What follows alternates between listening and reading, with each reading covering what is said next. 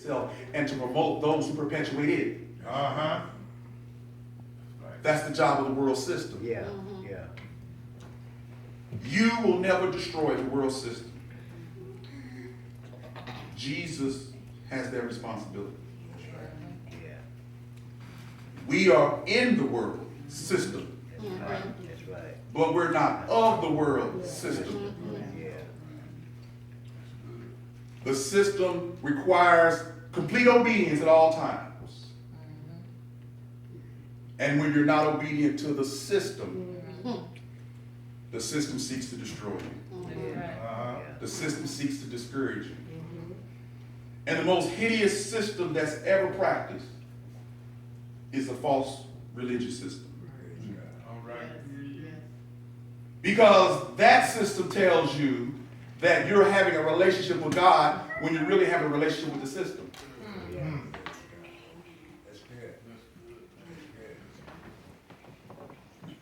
The false religious teachings will make you feel some kind of way about God. But your heart is far from it. Yeah. The system will have you practicing works-based faith. Mm-hmm. Right. And you won't even know it. That's right. That's right. The system will always end if you follow it close enough to man and money. And at this time of giving, amen. That's my preacher right there. You know I'm preaching. Amen. At this time of giving, at this heightened time of giving, not only do you get to practice Christian giving, but you also are required to participate in the world system of giving. That's right. Yes. And what does that system say? They look like each other. Mm-hmm. But the difference is, its job is to put you in debt. That's right. That's true. That's right. Yeah. That's true. Come on. I just want to teach you something this morning. Yes, sir. Come on. That's true. I'm more of a teacher than a preacher. But I just want to teach you something this morning. The system is allowed, it entices you to run up your credit cards that you don't have money for. Yeah. Come on. Come on. Yes. It entices you to take out payday loans that you can't pay for. Uh-huh. It entices you to take your home that you have paid 30 years on and mortgage it up to make somebody else happy. Amen. That's right. The system is always about pleasing man. It's never about pleasing God. That's right. Because the end thereof is man. The Bible says that you cannot serve two masters. Right. Right. It didn't say that you wouldn't try. Right. And it didn't say that you would. It just said you couldn't. And what the couldn't mean is not you won't be able to give each one 100% because they're two different masters. Right. Right. Yeah. They have two different ways they want to rule over you. So the system, the master of the system will get you to be in debt. And the Bible says, oh man, nothing but to love him. Right. Because debt changes things. Universal, I've heard of it, never seen it. But churches don't burn mortgages nowadays. Right. You guys are blessed. Amen. You guys are blessed. Yes. Because you're free from the system. Yes. Right. Yeah. I know a pastor right now that I heard of, he's $50 million in debt. Trying to build bigger and better. Yeah. All in the name of the Lord, but if you really think about it, it's really in the name of the system. Yeah. Come on. Because the system requires you to always have the new and improved. Yeah. That's right. Yeah. Jesus never required that. That's right. The system always requires you to get the newest thing. And the system says you don't need money, you just can do it on credit. Yeah. Right. And the system is willing to loan you 100 times what you make, knowing you can't pay it all. Come on. Come on. Yeah. You touch it. The system will give you cars before it give you a home. That's right. Yes, sir.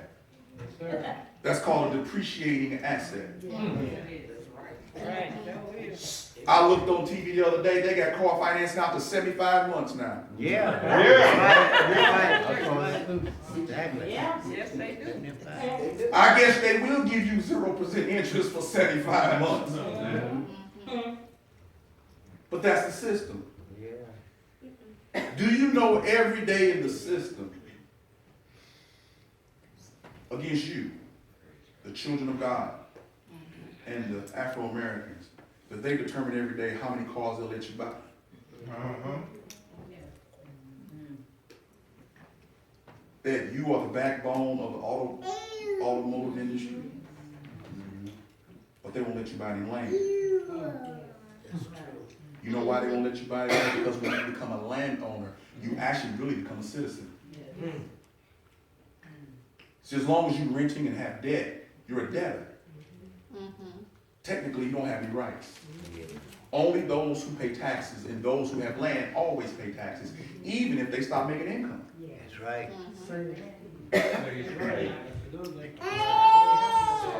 See, you become important to them when you own land. That's going to take my time. Take your time. My mother and father labored for 30 years straight. We've been in University City for 55 years. When they bought their house, they bought their house for $16,000. Now their house is worth over $100,000. There was a time came in the industry, because I was in the mortgage industry, in the real estate industry, where, and I was aware of this time, because the time made me quite wealthy, but it was a trick, and I'm gonna tell you what the trick was. There was a group of African Americans all over the country, y'all in this neighborhood, in University City, different places in the city. They own their own homes outright. They owe nobody any money. They had their cars paid for. That's right. But then all of a sudden, somebody in the system said, you know what, that's too much money sitting there not doing nothing for us. So they say, you know what? I know them guys in UC always wanted a boat. You go ahead and mortgage your house up and get a boat. And now you're back to paying the mortgage, and now you're 50 years old. Yeah. The legacy of the land that you would leave to your children has now been mortgaged up to the hilt, and you won't be able to leave it to them. Then those who have decided to take out reverse mortgages, I'm not telling you do what you want to do, but think about this. You know the plan. After you die, your people only got a year to buy the house back. That's right. That's right. So unless you have enough insurance to cover it, the legacy that you paid for them is gone. That's right. Even a little plot of land is better than no land. That's why they didn't want to give all of us 40 acres and a mule. Because land makes you important, but the system tricks you. The system, even God's system. What was the first promise to Israel about? Land. That's right. They were always having land. Yeah. That's right. See, I'm not talking something that's anti. I'm telling you that God wanted you to have a land. Yeah. That was the first promise to Israel, of a land of their own, that they could take care of themselves. We have been tricked by the system in our churches. That's right. Somehow or another, we've gotten so holy in our preaching about God doing for us, we don't encourage our kids to go to school anymore. We preach a dual message. God will do it for you. You don't need education because you don't need educated preachers. That's a lie. I'm called. I'm chosen. Let me preach. What is it when you tell your children that? I'm called. I'm chosen. Give me what I want. But go to school. But you just said from the pulpit, you don't have to get education of any kind. That God will give you what you need. That's not the normative. That's extraordinary. Peter and those apostles were extraordinary. They were fishermen. That's what made the situation at Pentecost when he preached his first sermon so grand. They said, how can this be, these Galileans, these unlearned men? But that's not the normative. So if you over-preach that, your children will say, well, I'm just waiting on the Lord to give it to me. I don't need to go to school of any kind. I wasn't going to seminary, no way, but I don't even go to college. Let me tell you something the system indeed made you do. Guess who used to send our children to college? The church. My mother's from Little Rock, Arkansas. She was born in 1936. She came to St. Louis University. Her church and her father sent her here because she wanted to come be in one of the only bachelor nursing programs in the country at that time. She was only two of three blacks that graduated. She was one of three blacks that graduated from St. Louis U with a BSc. If you ever go down to the VA hospital, there's a plaque of my mom that named the whole ward after her. She was a trailblazer in nursing. Well, my mother told me that when she went off to school, the church made sure that she had enough money to pay her tuition and her room and board. And her father said, as long as you got A's and B's, you can stay up there. But if you drop off, you got to come back down here to Philander Smith. How many people know about Philander Smith? All right. One of the great black institutions. That's right. But this is what the church used to do. Martin Luther King was fighting for equality in education. But we didn't let desegregation and busing take the brightest and the best and ship them out west. That's right. So we wonder why our schools are not accredited. That's it. You've been tricked. Because you're not living the Christian value. You're plugged in too much. So what I want to talk about today is getting unplugged.